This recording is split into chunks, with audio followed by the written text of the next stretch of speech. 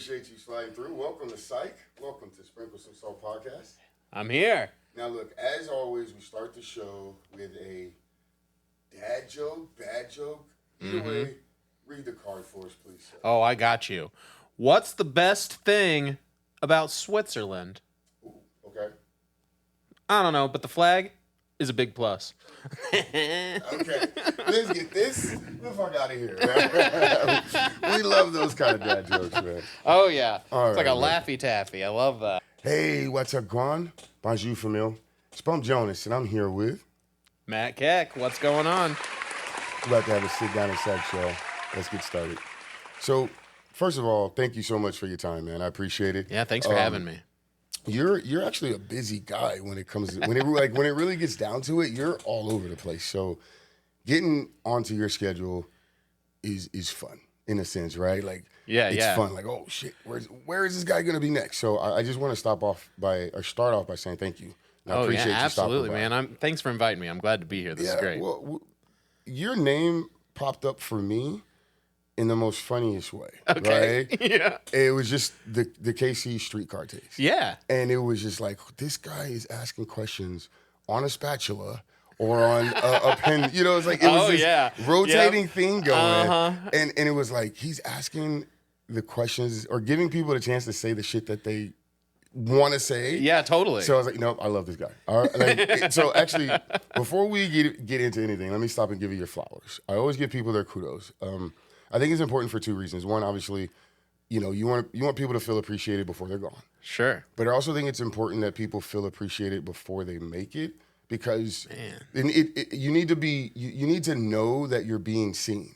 And sometimes that little bit of I see you is just enough confidence or boost to be like, yeah, I need to keep going. You know, Yeah, not that dude. you're ever worried about stopping, but No, but that yeah, in I feel between. that. That's great. You know what I mean? I really appreciate that. I think it's just as important on the way as it is once you've made it. Maybe even more so, honestly, Because, to some degree, you right? know- Because if you've made it, you've got like that, that I made it. You've Because got you like, built in. You've done the work. Where while you're doing the work, sometimes it is nice to be like, hey, listen, I see you're doing the work, and whether you make it or not, you're going for it. And I think with you, the flowers that I have with you, one is that what I've seen is that you own your quirkiness. You're like, it's like brutally honest in a very intellectual way. And so you make the comedy almost essential. You know what I mean? In a way that we're going to get into it. But what I like about what I've seen about you and what I've learned is that you're peeling layers. It's like Shrek doing stand-up. Can I say that? Can I say it like that? No, I get exactly what you're saying. Yeah. There's a bunch of onions going on here. Layers. So I just want to give you your flowers for I really appreciate that. being unapologetically you, for putting on for KC, and for letting folks know that like we're funny beyond just the barbecue, right? Oh, like, yeah, there's so much. I mean, yes, obviously the barbecue's important, but there's so much more. Yeah, so much more. and that's that right there is what I want to give you your flowers for. Well, thanks, How man. you're funny about it and how you like let them know we're here. I love it. I really appreciate that. Yeah. So here's my cliche question that I ask everybody. Ooh. Who is Matt Keck? What do you do and why? Matt Keck is the class clown who always was striving for his father's attention and never quite got it. Matt Keck evolved into a stand-up comedian who wanted to be on YouTube and get famous from it, and strangely did, because I put on a hat that looked like a snake and it said the words "I'm a snake" over and over again. Matt Keck's a weirdo who somehow turned a video pretending to be a snake into a career in marketing, and I got a job running the Wendy's Twitter account from that video. And now Matt Keck continues to be a stand-up comedian, continues to try to make videos that are funny, and continues to work in marketing. So, I mean, so you're doing what you set out to do. I Or you're mean, still doing the thing. Yeah, absolutely. I went to school, when I went to college, my goal was to become a writer, and I'm being paid to be a writer these days. Education can help. It absolutely can help. Yeah. Now, I will admit I didn't quite finish the degree, but I was close. Okay. I was close. You got And I that. did all of the writing class. I finished that part. Was it worth the debt? It was so worth it. Okay. Yeah. We're on a tangent now, but let's just run with this. We love tangents here. I do actually hold on before we keep going. Yeah. We know who, we know what, why. Why are you a writer? Why are you called to comedy? Why do you use comedy? I think I started because my grandpa was like the guy I wanted to impress, Okay. and I always saw him as the funny guy. He was always the guy that was charisma. I wasn't particularly big as a young man, but my grandpa was like my size now, and now I've grown into being that size too. But watching him, he just was this large presence. He always had this charisma, and impressing him was very important to me. Was it difficult? Sorry to cut you off. But was it an easy or difficult process to impress him? So he was very gracious with me because I was the baby. And so he would, like, as far as being funny would go, he would laugh at stuff that I know full well was not funny. But, I mean, he would encourage me in ways. Chuckle. Yeah, and he would let me know when something was funnier than other stuff. And they were the house that had satellite, so he would find old comedy stuff that I wouldn't have normally found, and he'd put it on and we'd watch it. I ended up finding Mystery Science Theater over there, and, like, and so really that, and then like proving people wrong really drives me. And so the moment I was like, I want to do this, and people said, I don't think anyone really can do that's too hard to do. I said no. In fact, I have a very specific memory of being a kid, and I'm watching Whose Line Is It Anyway? Good show. Wayne Brady, maybe one of my biggest comedic inspirations, is doing a song. He's just singing and riffing and doing a parody, and I'm like, I can do that. And my dad says, no, you can't. He's one of the best in the world. And of course he was. He was the best in the world. He was on TV. But he's like, you can't do that. Watch me. Fine. And so, boom, get into improv, never stop. Wow. Okay. So a lot of this is a result of just the challenge of things. Yeah. I mean, it really is just a result of being like, no, I can. But I also hear that there was a bit of training, tutelage, maybe some mentoring. For sure. Like in a soft skills kind of way, right? Totally. So we're in it now. We're gonna talk about the I want to get the story of Matt Keck and how we end up to Arson Club KC. There's a long run here. I had the snake down, so we're gonna talk about the snake too. So it kind of sounds like one of the questions I ask is, when did you or how did you discover your talents? And it seems like your talents were a little bit molded to some degree. Yeah, I mean, I think I always wanted to entertain people. But my sense of humor was certainly molded by by the family around me. And I think a lot of even the roasting, like, that comes from the dinner table over at that house. And it's like, you couldn't exist without, like, you were getting roasted just for being there. And so you got to fight back. Let me ask, is that a cultural thing? Like I don't know your cultural background, but like if I were to assume, like, I don't know, Italian American or Polish or Irish, there's always sort of there's a table wide roast that tends to happen in certain cultures. I think I don't totally know, like I'm pretty mixed up as far as what I like. So I did the American. 20. Yeah, I'm American. I did the 23andMe. I'm a lot of things, so many things, more things than I realize. I'm so many American. Things. Yeah, I'm everything. But so I didn't know much about like personal culture outside of American. But like as far as my family culture goes, though, like that side of my family, that's it. That's like it's biting, it's sarcasm, it's that informs a lot of your humor, though. Absolutely. Oh yeah, I can't do the Wendy's Twitter roast if I don't grow up at that Sunday dinner table. I want to get to that because the Wendy's thing is actually super interesting. Like crazy. Like we'll get to that in just a moment. But I want to ask. You've got this family dynamic of roasting and joking, right? Yeah. Are you the first comedian? Like, I'm the first to go out and like perform as a stand-up type person. My dad he actually worked at a juvenile detention center when I was a kid, but he was more like of the trying to rehab people back into like if someone had lost their way, he was the guy that like really like mentored a lot of like quote unquote troubled kids, but you know, kids that the system wasn't nice to, and he would try and help them get out of the system basically. And then he ended up working at my high school, so he was more of like a counselor type guy, but he always tried to be funny. He was always like a playfully guy. Dad, he just jabbed back. I did. He tried. He always tried. He tried. My grandpa, who I legitimately still use some jokes that he wrote for me on stage. Wow. He was a rodeo clown. Okay, so that's the closest that we get, but that's pretty good. I mean, those that don't know the history behind clowns, like clown school, you're telling jokes and humor.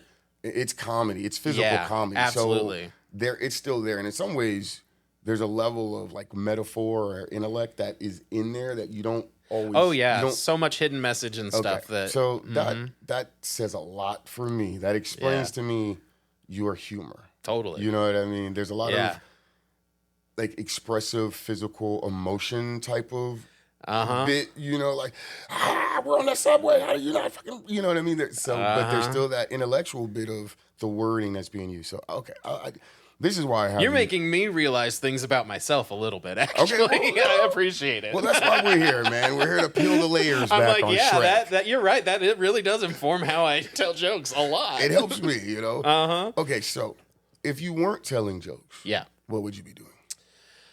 I would love to say I'd be writing books, like just writing, like an author. Yeah, and I do, like I have a couple novels I wrote and self-published. Like I'm not gonna act like I'm good, but like that's what I wanted to do. Okay.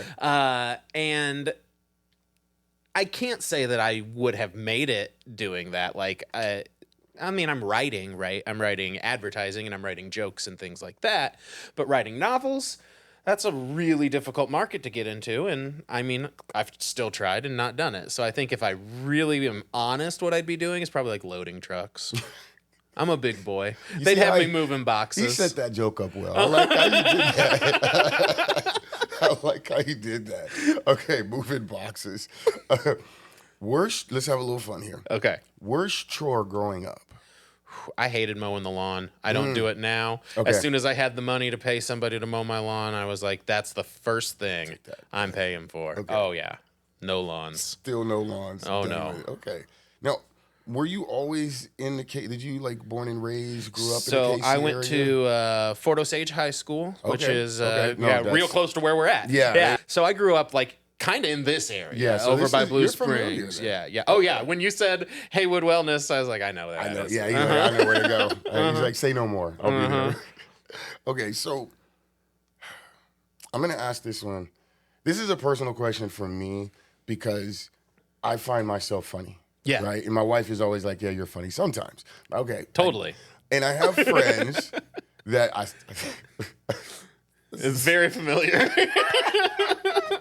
So I have friends that are funny people, right? Yeah. But I always wonder when I come across a comedian, how you handle your friends who think they're funny. Yeah, that's honestly an excellent question because I feel like a lot of times when I meet the quote unquote funny guy, the guy who's funny in conversation, I can actually sometimes have like a weird adverse like reaction. And I'm glad I noticed that in myself at this age, because a lot of times I'll just be like, man, he's just doing too much. I don't like being around this energy. Okay. It's like the jokes aren't landing for me, but other people really are into this. Like maybe it was like an inherent jealousy to some degree where I had like a territorial issue. I'm the funny guy. Yeah, totally. But now, I mean, it doesn't bother. I like having someone to riff with now. So like when I have friends that are funny, like it's just they just add to it. And if they don't have interests in doing stuff, I either am like, dude, that's funny. Do you want to do this with me? Or can I use that? Right. Like, I mean, it becomes a benefit. That's a good tangent. No, but I want continue with the friendship line, the friend line though. Yeah. Have you ever come across the guy where like beyond you being annoyed and you're dealing with your own protection, there's still that one guy like, dude, really, you're not that funny. Or like, just because you know that I'm a comedian, you don't have to ham it up for me. Yeah, I do think people do try to impress a little bit when they know that you do comedy. For the most part, it's not that bad. Like, I feel like generally people, when they have that, like, it only takes one or two jokes not really like landing for them to be like, I'm reeling this back. Yeah, let's go. But I mean, yeah, as much as there's people who go on stage, weekly that I've would watch for years that I never thought were particularly funny, there's absolutely that in conversation as well. People who try really hard and then I don't find them particularly funny. Maybe their family loves their jokes and that's why they're like that. That's fine. Sometimes. Just not my vibe. Yeah, try and just don't get mad at me if I don't laugh at your joke. I feel like that's my PSA. If you're telling a joke to a comedian, don't get mad when they don't laugh. We have heard so much stuff that I can find something legitimately hilarious and not really laugh and just be like, oh yeah. I'll just process it instead of laughing at it sometimes. Yeah. I'm like, ooh, wow, I like how you turned that phrase. I start breaking it down. Yeah. Now, obviously, I'll still laugh when I get caught by surprise enough. But man. And that's the other thing, though, right? Is like, in some ways, it's almost like, record producers and getting a random CD or mixtape. Totally. You just got this person that runs up on you like, dude, I'm funny. Can I make you laugh? And now all of a sudden, you're a badge of honor. You know, like they've got an achievement. I made that dude laugh when I saw him. Yeah, totally. Okay, so it's kind of like at the improv show. There's always someone who's trying really hard to yell a suggestion that makes everyone laugh, even though they're not on stage. Okay, that was my next run. Is the hecklers? Ooh, yeah. So let's talk about them. I used to be really bad on hecklers. Okay. I watched a lot of Bill Hicks when I was a young comedian who didn't know what he was doing. And so I would try to emulate that and I would start yelling like I was the angry guy. And that's just not really who I am as a comedian when I'm on stage. Okay. Like, even when I'm making fun of something or being very pointed, I'm doing it in a way almost like I don't care. Right, so when I put a lot of anger behind something, it's just not funny. It's flat. It's too flat. Yeah. And so early on, I had a couple moments where I would try to do it, and it was fine. The room reacted enough because they were just shocked that I turned the switch. But I've learned to Aikido, right? Yeah. Use their motion against them. I've learned to do my best to just let them throw the punch, flip them over, let everyone laugh at them on the ground, and then hopefully move on with the show. Now, there are people who get too drunk, and eventually you have to just be like, okay, but for real, stop. You gotta go. This is not helping anyone. We're not having a phone call. But most of the time, it's not that bad, and you can just flip them over. I love that. I am just really drawn to comedians. Yeah. Well, one, growing up with hip hop and just music in general, comedians were like that other side of messaging and angst and just truth telling, right? Yeah, and so absolutely. That's always the fun part to me is how you have to deal with, one, telling your perspective of what you see, and then also dealing with the actual public. Right. You know what I mean? Because there's two different things going on. And you guys walk that line so well. Oh, so, kudos to, again, flowers, sorry. Hey, no, kudos, I appreciate some flowers. Yeah. I mean, hey, come on. Yeah, let's get in that garden. So, speaking of comedy. Yes. There's a lot of scuttlebutt about a bunch of different things all over the place. I don't want to be overly spicy, but I do want to be a little pointed here. Yeah. Is comedy too intellectual? I think it can be, but I also think that maybe people just aren't putting enough thought into their dumb things. Like you can do an incredibly dumb thing that's incredibly pointed and satirical. Right. I mean, anymore, honestly, you have to do a very dumb thing to be satirical because the world's so dumb. But did you hear what he did there? That was good. But yeah, in general, I do, yeah. It's it's kind of, I like that phrase you said though. We don't put enough thought into the dumb things. Yeah, it's you can put a lot of detail into something really dumb and get a message across in a way that people almost don't even realize the message is coming across. And you honestly end up reaching more people. And they don't always get the full message of it, but they'll at least hear it. They'll at least hear it. Is that like Beavis and Butthead? Agree, 1,000% like Beavis and Butthead. When you said that, a couple dumb dudes, and they're just, and then suddenly they drop some line, you're just like, whoa, what? Or even Rick and Morty in some degree, like they're Okay, hold on. Is Rick? You're a writer. We're on a tangent. Is Rick of Rick and Morty like the ultimate Betty Sue? Like, because how can that one guy, either they're really really good writers, or he just has the fucking ultimate Batman toolkit? Yeah, I feel like you're absolutely right, because especially when you add all the universes in, like anything is possible. So you've just got the button to absolutely. Rick's in trouble. It's more than the utility belt. He's got an infinite universe of utility belts. Okay. All right. Yeah, so I'm not you're alone. absolutely right. I've been warning. I've been warning this. So we go from, I say not arguing, but proving your dad wrong. Yeah, absolutely. I want to talk a little bit about, first of all, Wendy's Twitter. Yeah. That's an amazing run or story, right? Like, to have in your pocket, but also to be like, that's your resume. Like, right. Boom, right? Yes. How does that happen? And does it, from my perspective, right, and this is just my statement, but I also kind of have a question, does it feel like you helped shift some of the marketing or some of the approaches? Yes, and I'll go through all levels of that question first. Okay. How it started and me getting to Wendy's Twitter actually was through stand-up comedy. Okay. Wow. I met a guy who worked at a place called VML that's downtown in Kansas City. It's a really big ad agency, and they were the digital company of record for Wendy's, and this was like their first company of record agency thing. Oh wow. They were doing social. And they were asking him if he knew any comedians that were like social media guys. And since I had done the I'm a Snake video, I had that on my resume. Okay. They asked me in for an interview. And I'm mentioning Reddit and all these things. And this is like 2013. So really, as far as advertising goes, you're right. This is early on. Like, this is right after Oreo tweeted in the Super Bowl. The lights went out and Oreo tweeted, "You can still dunk in the dark." Oh. And you think about that now. If they did that now, no one would pay any attention to that tweet. But at the time, all of these like middle managers in all these ad companies were like, holy crap, we can just like write whatever we want and press send. And so they were like, we need people who can do this. Okay. And they asked me on. So it was there for a trial that ended up being 10 years long, where they were supposed to work for a couple of weeks, and they liked all the tweets and stuff I was writing so much that I became the Baconator for a while, because he had his own account. Okay. And then me and my client started running Wendy's together because they merged the accounts, and she was getting more busy. Okay. And then I'm on a Christmas vacation, and I get a phone call from her, and she says, "Hey, I just did one of my tweets. I need you to get online right now." And I start looking at the Twitter, and anytime I hit refresh, 100 new tweets, 150 new tweets. I didn't even have to wait a second, and there was 100. Roast me, Wendy's. Do this, do this. Wow.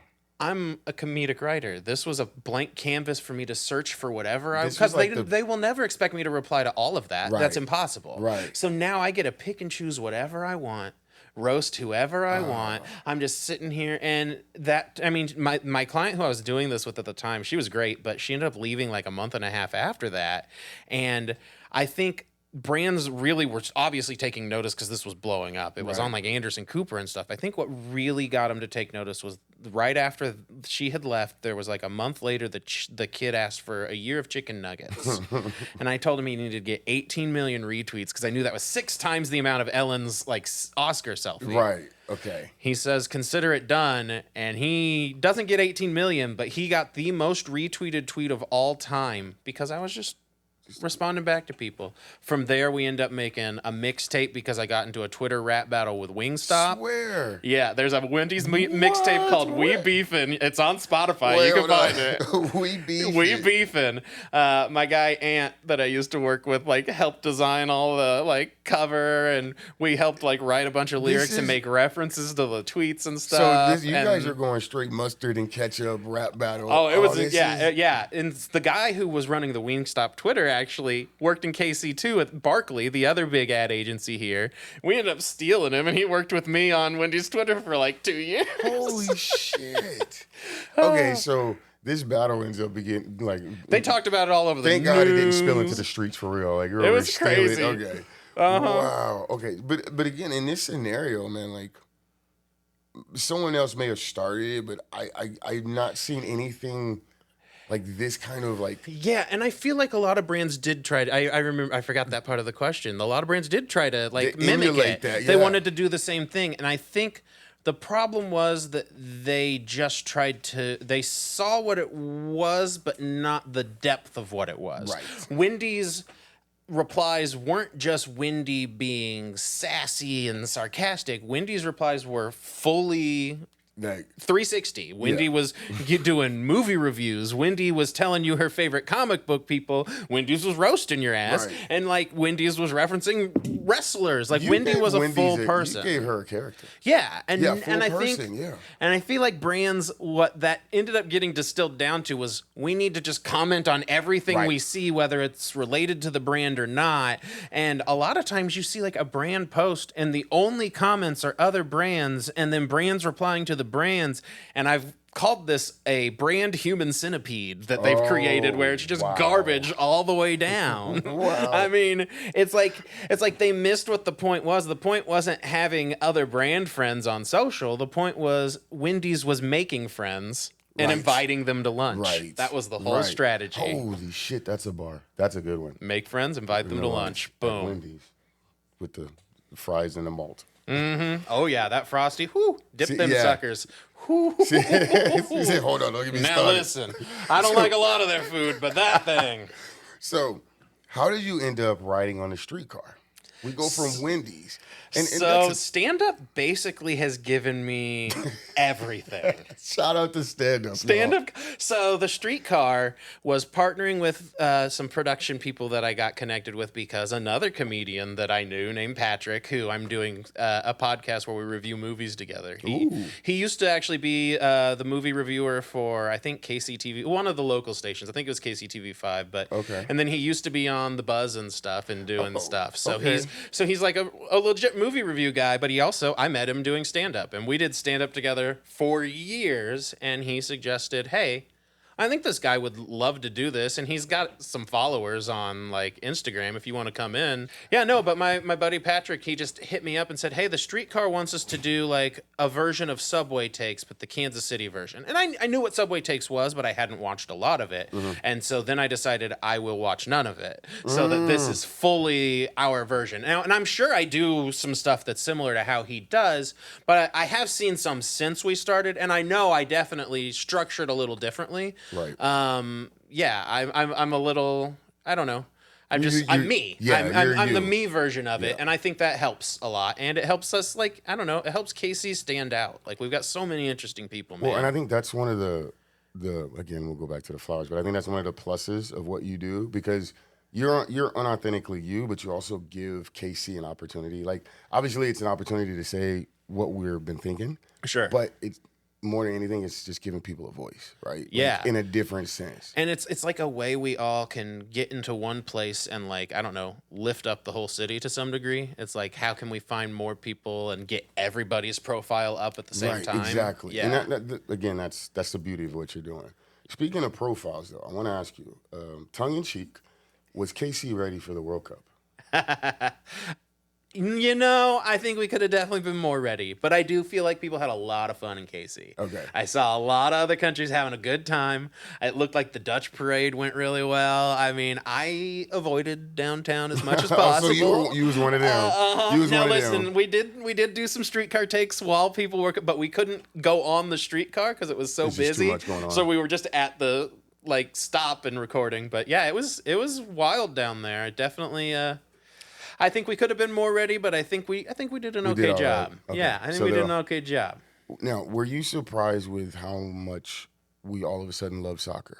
Like, So no, did you have an inkling of that I beforehand? did. So like, I feel like I've known so many people around here that do love soccer Okay. to some degree that it didn't surprise me too much. I mean, we're like what on the ratings, the Nielsen ratings, we're the Yeah. highest market in the country, right? I just, I wasn't sure. Maybe that was like, So I think I Like, think did you've we got a Jeff our way sneaky. there, or was it Sure. already there? I think we've got a sneaky number of soccer fans that people don't realize actually here. Okay. Yeah, I So- think Sporting's like got a bigger following than people realize, No, honestly. And the Current's great too. But I think we got soccer Well, we've fans had here. teams since the 80s. Sure, So yeah. I sometimes remember it's a bit of watching an that underground. indoor team, Yeah. Comets. Is that who it Yep, was? yep, Oh KC yeah, I Comets. loved that. Okay, so a couple more questions, and I got to get us up out of here. Okay. But one thing I want to ask you, and it's probably an easy one for you, but right, we're like, what does success look like for you? But then on the other hand, I'm curious, what does success look like for a comedian?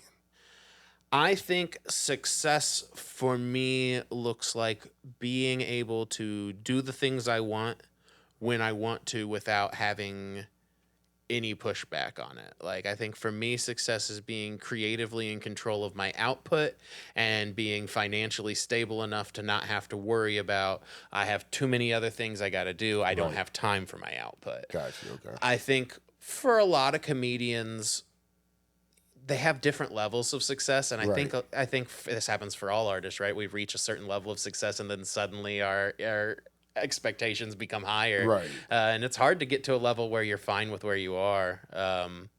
But I'd say for most comedians, if you can just tell jokes as your job, that's the success. Like, if you could start touring the country and you don't even need followers as long as you're selling tickets. Right, like you're you're good. good. Yeah. Okay.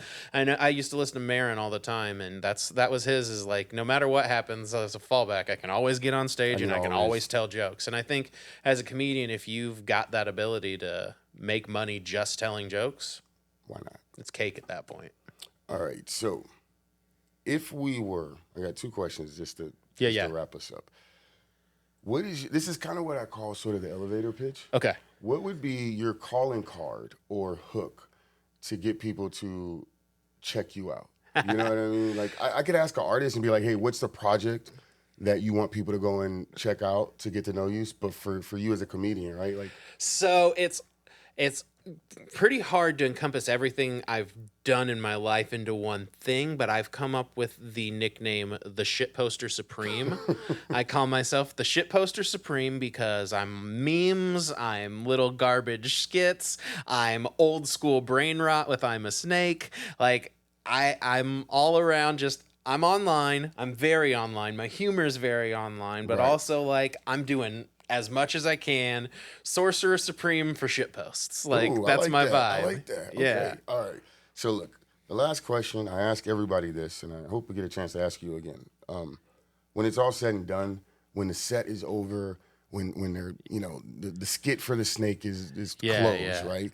What is it you want folks to walk away with as far as Shitposter Supreme experience, the Matt Keck experience? Let me say that correctly. I like it. I want people to walk away from experiencing me feeling like it's okay to be themselves more. I love that my vibe for you was that I'm unapologetically myself, because it took a long time to get there. Okay. And I want that to be what everyone feels like. I want to do something, and when people ask why, I just want to be like, because I felt like it. Because why not? Because that was me. I want people to watch that and be like, oh, he's just doing whatever he wants to do. Why am I not just doing whatever I want to do? Right. Like, we have free will. Like, we could do what, and honestly, that comes through in some of the weirdest ways. Like, I have a video of my bathroom that I redid in Golden Girls stuff. Damn. And the number of people who comment, what an amazing use of free will. Right. It's Wait, like, did you use Blanche Sophia? Oh, we've got all four of them on art on the wall. We've got like a gym art. We've got the palm tree leaves. Oh yeah, that wallpaper. Oh and yeah. Yes, I aged myself. Yes, I know the Golden Thank Girls. you for being. Yeah. Listen, for Wendy's Twitter, I won a big award. It was called the one show Pentapencil, and it's like the biggest award in advertising. And no one's listening to the speeches all night. So when I got up there, all I did was sing the theme song to the Golden Girls, and by the end of the song, everyone was singing along and paying attention. You were the MVP of the night. That was great. All right, man. I got to get us up out of here. All right, Is all there right. anything you want to let them know? Where can they find you? What's coming up next? Follow me at Arson Club KC.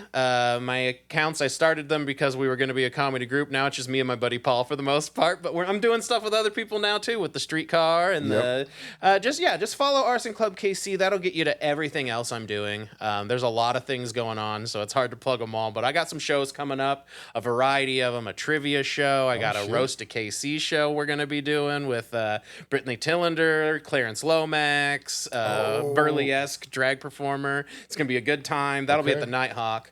I've got a lot of stuff in the hopper that's right around the bend, so I'm not slowing down. All right, man. He's out there. He's ready for y'all. Y'all need to tap in. And with that, as I always say, actually, let me slow down. I'll edit that. I'll get back to it. Oh, yeah. Bump Jonas here with none other than Matt Keck. That's me, the shitposter supreme. And as I always say, love yourself like you try to love the world.